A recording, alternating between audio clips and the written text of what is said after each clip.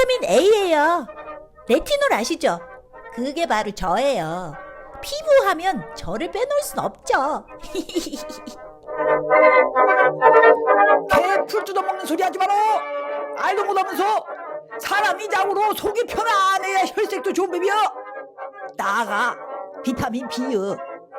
최고하면 나가 빠질 수가 없지. 비타민 B요, 비타민 B. 정말 수준들하고는 상대를 못하겠어. 비타민 C예요. 더 이상 말이 필요 있나요? 비타민 C라니까. 비타민 E예요. 저도 피부에 되게 좋은데 그냥 되게 좋아요. 비타민 E라고요.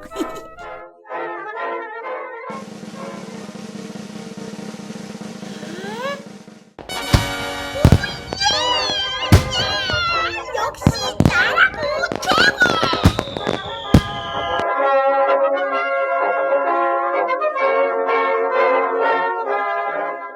안녕하세요, 지인 언니예요. 오늘도 제 채널에 와주신 여러분 감사합니다. 자, 오늘은요 제가 준비한 영상 바로 예리하고 굉장히 똑똑한 구독자분이 요청하신 영상이에요. 이분 정말 예리해요. 자, 바로 지난 영상에서 제가 40만원짜리 라프레리 캐비어 아이크림 부럽지 않은 코코넛 오일과 비타민 E를 섞은 수제 아이크림을 소개했었어요. 뭐 코코넛 오일이야 제가 입만 열면 그냥 왜 좋은지, 뭐가 좋은지, 어떻게 하면 좋은지 막 항상 떠들어대니까 뭐 그렇다 치고, 도대체 이 비타민 E 오일은 뭐가 좋다는 거예요? 어떻게 좋다는 거죠? 네? 라는 의문을 제시해 주셨어요. 맞아요. 제가 암만 좋다고 한들 뭐 근거가 있어야죠. 자, 그래서 오늘은 이 비타민 E가 우리 피부에 왜 좋은지에 대한 아주 확실한 자료들을 정리해 봤어요. 출발해 볼까요? 자, 우리가 알고 있는 비타민을 아주 크게 나누면 비타민 A에서 비타민 E까지 있죠. 네, 알아요. 뭐 비타민 K도 있고 또 비타민 B 같은 경우에는 굉장히 다양하게 쪼개지죠. 하지만 이 중 우리가 가장 잘 알고 있는 피부에 좋다는 비타민, 바로 비타민 A 그리고 비타민 C죠. A는 레티놀하고 베타카로틴으로 굉장히 유명해요. 그래서 레티놀 화장품들 많이 쓰잖아요. 비싼데도 불구하고. 그리고 C는 피부의 핵심이죠. 바로 콜라겐과 호르몬의 합성에 가장 중요한 핵심 비타민이에요. 그래서 화장품도 비타민 A, 비타민 C 성분의 화장품이 가장 인기가 많잖아요. 그런데 여기에 가려져 빛을 보지 못하는 비타민이 하나 있었으니 바로 비타민 E예요. 우리에겐 토코페롤이란 말로 더 친숙하죠. 비타민 E는요, 우리를 늙게 하는 활성산소의 작용을 억제하는 항산화 작용을 합니다. 그러니까 몸 안에서 혈관, 세포, 그리고 우리 피부의 산화를 방지해줘요. 그러니까 특히 노화 방지에 좋은 비타민이죠. 특히 비타민 E는요, 우리 몸 안에서는 자체로 생성이 되질 않아요. 그래서 따로 음식이라든지 비타민을 통해서만 흡수를 할 수가 있어요. 그리고 피부에도 우리가 직접 발라주는 수밖에 없고요. 자, 그렇다면 이 비타민 E를 먹지 않고 피부에 발랐을 때 어떤 효과가 있는지 좀 알아볼까요? 자, 요즘 나오는 화장품, 특히 아이크림이나 수분크림의 전성분을 살펴보면 이 토코페롤 성분이 거의 빠지질 않아요. 이 토코페롤이 바로 비타민 E의 본체예요. 이 말은 비타민 E가 주름에 특효가 있다는 말씀. 특히 이 눈가나 입술 라인, 여기 쪼글쪼글해지잖아요. 그리고 목주름 같이 이 피부가 연약한 부위에 발라주면 비타민 E 오일에 함유된 지방산이 충분한 수분과 영양분을 공급해주면서 이 굵은 주름을 완화시켜줍니다. 또 촉촉하고 부드러운 피부를 만들어주죠. 자, 몸에 이 검은 반점, 바로 노화 반점이 생기기 시작했거나 특히 피부에 색소가 침착이 된 경우, 이 눈 밑에 거무튀튀 다크서클, 요렇게요, 피부의 색이 변해가는 경우에 특효가 있는 걸로 알려져 있어요. 항산화제가 아주 풍부하기 때문에요, 지속적으로 발라주죠? 그러면 세포재생을 촉진시켜줘서, 그래서 이 피부가 점차 본연의 색을 찾을 수 있게 도와준다고 합니다. 요게요, 바로 비타민 E 오일을 사용하고 주름이나 색소 침착에 특별히 효과를 봤다는 후기들을 정리해 본 거예요. 저는 이 후기를 쭉 읽어보니까 정말 한번 사용을 제대로 해보고 싶다는 그런 욕망이 불끈불끈 솟아오르더라고요. 자, 여성이라면 이 튼살 경험하지 않은 분 거의 없죠. 특히 이 청소년들 갑자기 훅 커버리면서 이 종아리나 엉덩이 부분에 튼살이 확 생기는 경우가 많아요. 또 다이어트에 의한 체중 변화라든지 임신, 출산 모두 다 이 튼살이 생기는 원인이죠. 저도 경험이 있어서 아는데요. 가뜩이나 여기 뭐 이렇게 손 가는데 신경 쓰이는데도 많은데 이 없었던 튼살까지 확 생겨버리면 정말 이 스트레스 확 받죠. 맞아요. 그리고 튼살 크림은 또 비싸기만 하고요. 저는 뭐 그닥 효과를 본 적은 없어요. 요때 이 비타민 E 오일을 바르면 아주 특효가 있습니다. 피부 재생에 효과가 있기 때문인데요.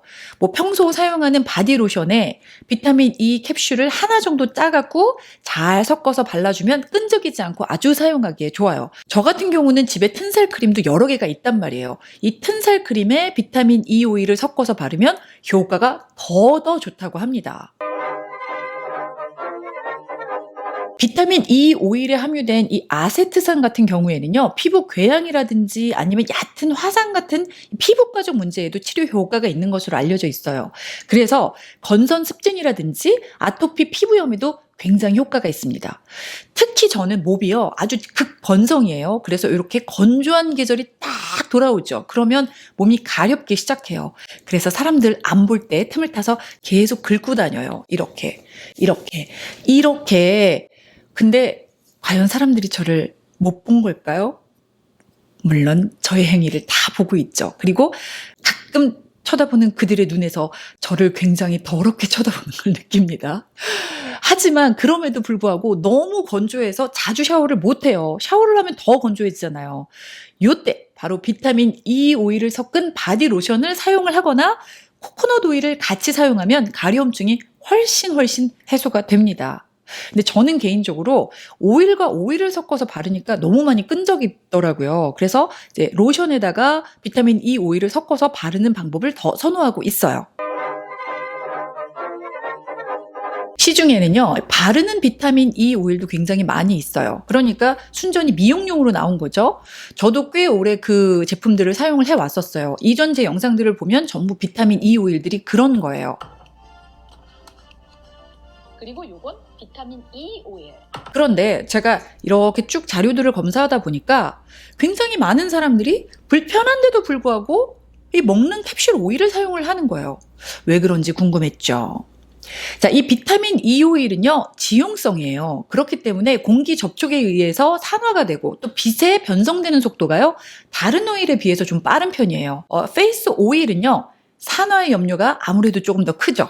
반면 이 캡슐에 들어있는 이 오일들은 사용할 때마다 하나씩 톡톡 개봉을 해서 쓰니까 조금 더 산화 걱정이 적겠죠. 자, 비타민 E 오일은요, 파트너가 있을 때 그 시너지가 훨씬 더 상승을 합니다. 물론 뭐 단독적으로 사용을 해도 훌륭하죠. 하지만 바로 비타민 C라는 친구와 함께 일을 하면 대단한 작용을 하죠. 이 복용을 할 때도 바를 때도 마찬가지예요. 비타민 E는요, 지용성이고 비타민 C는 수용성이에요. 그래서 이 비타민 C는요, 공기에 딱 노출이 되면 대체적으로 24시간 내에 효과를 잃어버려요. 이때요, 이 지용성인 비타민 E가 각질층에서 막을 탁 형성을 해서요, 비타민 C의 침투를 더 도와주고 또 피부 재생과 탄력 기능까지 더해준다고 합니다. 또 날아가는 것도 막아주는 거죠. 그리고 먹을 때도 마찬가지예요. C하고 E하고 함께 먹으면 이 E의 흡수를 더 높여주고요. 그리고 C의 항산화 효과를 4배까지 배가시켜준다고 합니다. 그러니까 서로 돕는 거죠. 실제로 비타민 E하고 C 오일을 함께 섞어서 사용한 경우에요, 이 깊은 주름이요, 상당히 완화되었다는 임상 결과도 나온 적이 있습니다.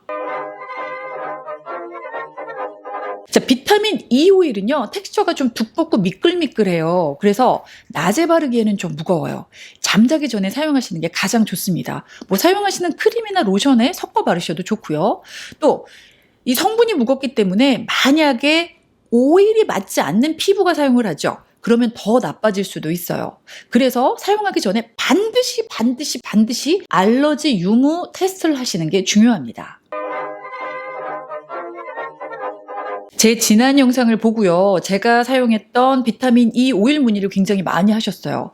그냥 제가 쓴 건 아주 일반적인 그냥 비타민이에요. 저는 이 약을 먹는 용도로 산 거고요. 근데 여기를 보면 400IU라고 돼 있죠.